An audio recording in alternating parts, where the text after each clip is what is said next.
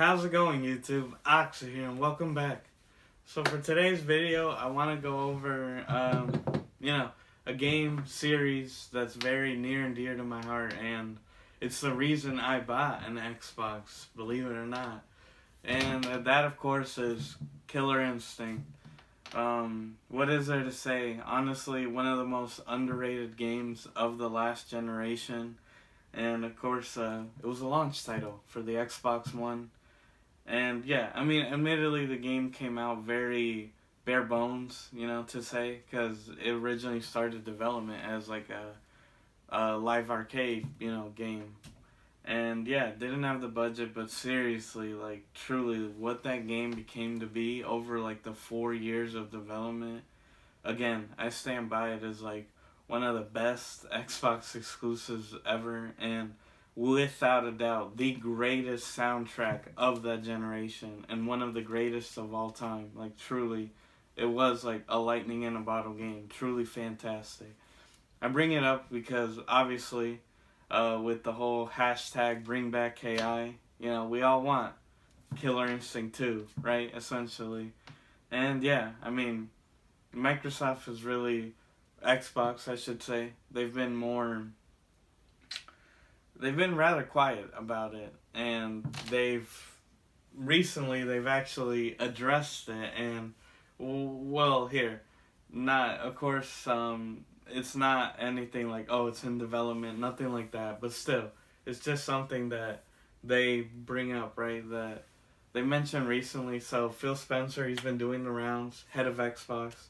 He's been going to, like, all different podcasts. Shout out to Unlocked. They reached their 500th episode, and he was a guest on it. Check it out. IGN Games. It was a good, it's a good insight to like what the future holds for Xbox. But he was recently on the Dropped Frames podcast, and we'll play the clip for you where he actually mentions Killer Instinct. And yeah, I mean, we'll get back to it. I think a mob is forming in the chat, courtesy of a friend of ours, Maximilian, dude, who's a big Killer Instinct fan. You're getting that too, I huh? know that. Can you? I guess just say Killer Instinct. That might satiate them. I'm not sure. I'm afraid to say KI. I'm afraid. There's so many good games in our catalog that we'd love to visit. The response when we redid KI at the launch of Xbox One was fantastic. Not everybody inside of the Xbox org kind of saw what that game could become. I will just say, Matt and I have discussed many times KI and where we'd like to go with it, and it's not out of our minds that we might be out of our minds, but it's in our hearts and in our minds that we want to continue to do something with KI. It is about finding the right team and the right opportunity, but it is not due to any kind of lack of desire on our part that we're not doing more with KI, because we love the franchise and the community response. But yeah, guys, I mean, again, nothing, it's not like, oh, it's in development. It's pretty much him just saying like, hey, we're very aware of all the love, all the hype surrounding the game.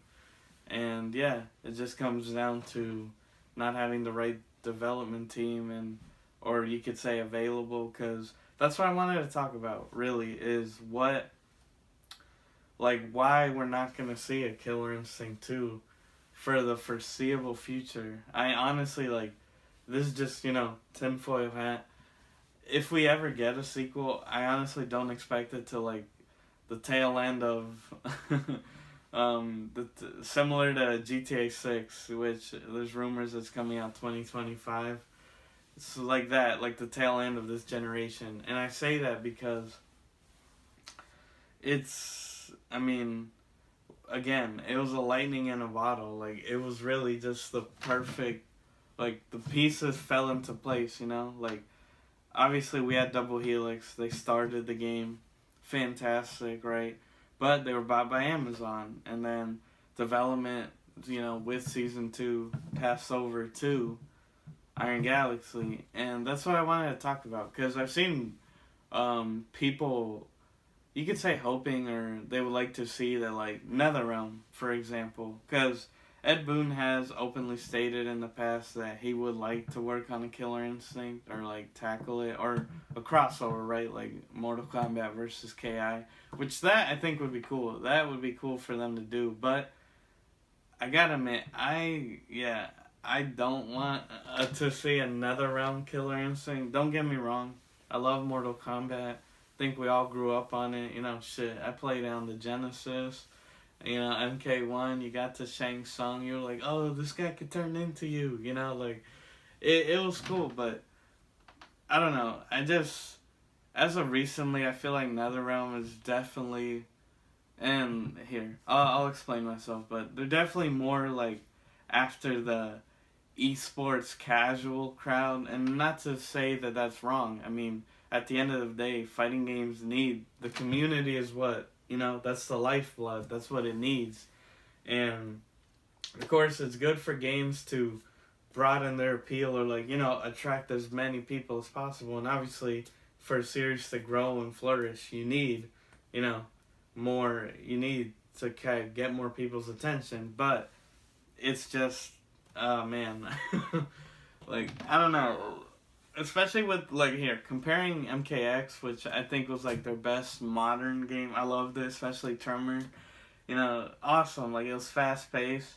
That was really cool. But then you see the direction they took with 11, which is much more footsie-based, slower pace, and then, of course, it has a lot of comeback mechanics, right? Like, you know, you have fatal blows and stuff like that, and I guess that's what I'm worried about. I'm just worried that they would kill a killer in another round developed Killer Instinct just wouldn't have the same flavor, and that's why I wanted to say I think Iron Galaxy is who needs to come back. I mean, you know, all the respect to Double Helix, they're the ones who started it, of course, but it was Iron Galaxy that really put like the feeling, like the creativity. I mean, you have characters like Aghanos, for example, the big golem, right?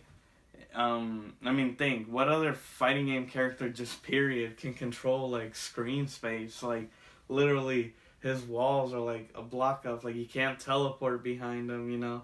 They either had to break or be broken through. Or, I mean, yeah, you got Aghanos. I mean, you got Hisako, who's based on, like, counter hits, right? Or, like, when her wrath meter's full, it's all counter hits. I mean, Mira, that cool, like, so it's like the more damage she does, like her gray health bar, right, fills up, and essentially it's like that's her health. Like that's like a limiter, right? So if the gray health increases, her max health is like, you know, only up to there, and she has the mechanic where the higher it goes, like she could do massive amounts of damage, but she's easier to kill, and you have to constantly, like, you know, landing throws or like moves like that, like lower your gray, you know, the gray health, and like, I don't know, just the creativity these guys bring is like unparalleled in my opinion. Like fighting games have been really stale, honestly, and just what Iron Galaxy brought, like seriously, was like just amazing. And that's what my point is that a Killer Instinct 2 really needs like the dream team back together, you know, Iron Galaxy, or you know, people of that ilk, right? Even if it's like ex-employees that they get. And then it's like Mick Gordon. Absolutely, Mick has to come back. I mean, hey, respect to Atlas Plug and Cell Dweller for the soundtrack in Season 3. I thought it was great. I loved Rash's theme. Arbiters was awesome. But yeah, it's just like, seriously, like, Mick was the life and soul of that game. Like that, again, I stand by it. Greatest soundtrack, like one of the greatest of all time. Like seriously, if you haven't heard it, check it out. It's truly like, it's truly up there. And yeah, I mean, Mick, it doesn't need introduction. After Season 2, he went on to do Doom 2016, and then eventually Doom Eternal. Recently, that game I talked about, Atomic Heart, he's doing the soundtrack for that. Another reason why I'm interested in it. And yeah, like, the guy's a genius, one of the best in the industry. And you get what I'm saying? Like, to get all these people back, like, all the bright pieces back, it's gonna be hard, you know? Like, it wouldn't be KI without them. And that's what I wanted to just say, is that a proper Killer Instinct 2 just needs the respect and the care that the first one, I mean, I won't say had, because it was like an accident. Again, this was like a budget title that really blew up into something. Like, it was unexpected for them. And obviously going the second time around, it's like lightning doesn't strike twice, right? Same spot twice. So they really got to build it. And I mean, just look at the potential. Obviously, they started with the first one. You had like the guest characters, right? Like Microsoft. You had Rash from Battletoads, obviously rare. One of my favorites. Arbiter from Halo, and then General Rom, which it was a weird one, but hey, he turned out to be a really cool like grapple style character, you know, from Gears of War. And I mean, think with the Bethesda acquisition, look, Phil, Microsoft, Doomslayer's got to be in Killer Instinct. I'm just saying that would be hype. Or I don't know, maybe Senua Sacrifice. You see what I'm saying? Like you can even have Raz from Psychonauts. That's what I love about Killer Instinct. It's literally like you got a robot fighting a werewolf, a golem, and then a Japanese ghost. Like, you get what I mean? Like, just the variety, just the different of everything. Like, just it's unparalleled. Like, you could literally throw anybody in there. Like, and that's what I love to see. That's like the exciting like prospect of what this could be. And finally, if you do Killer Instinct 2, please just give it the budget, you know, give it that AAA treatment. I do appreciate what the first one did as being free to play. I think that was genius, honestly. Really smart move, like that way, like, because you know when fighting games like release a new version, it like shortens the player base, right? Like, less people will buy it and only like the hardcore. But I think the free-to-play model was genius because like anybody will come in and then they buy what they want to. You only want to play as Jago, you buy Jago. You only want to buy like season, I don't know, 2 and then like Arbiter, go for it. I think that's a like just amazing like, you know, pricing system. I think it's perfect, but just give it the AAA treatment, you know. Just imagine, like, Killer Instinct looking like Mortal Kombat's, for example. Like, that would be insane. That would be awesome. And, yeah. I just want to say, I'd love the series to come back, but just do it right, Microsoft. That's all I ask. I don't mind waiting. Hey, I don't mind if it comes out in the next generation, like, skips the Series X, and it's a launch title on whatever the Xbox after this is. I'm completely fine with that. Just make sure the game lives up to the hype. And yeah, guys, that was just my video. Again, it was the reason I bought an Xbox, so it's a series I hold near and dear to my heart. You know, I grew up playing Killer Instinct Gold on the N64, so I love it. And, you know, I think you guys could do great things with it. But yeah, guys, I mean, that was my thoughts. Let me know if you played it. Check it out. If you're on Xbox, it's on GamePass. Again, free to play. Oh, well, you only get, like, Jago, I believe. You get one character. But, again, you could choose what you want to buy. The Definitive Edition's $40. Brings everything. I mean, you know, check it out. It's truly a game to behold. But yeah, guys, that was just my thoughts and opinions on it. And let me know what you thought. And be on the lookout for new videos every Tuesdays and Saturdays. Make sure to like, share, subscribe, hit the notification bell, all that good jazz. And as always, guys, I've been your host, Oxy.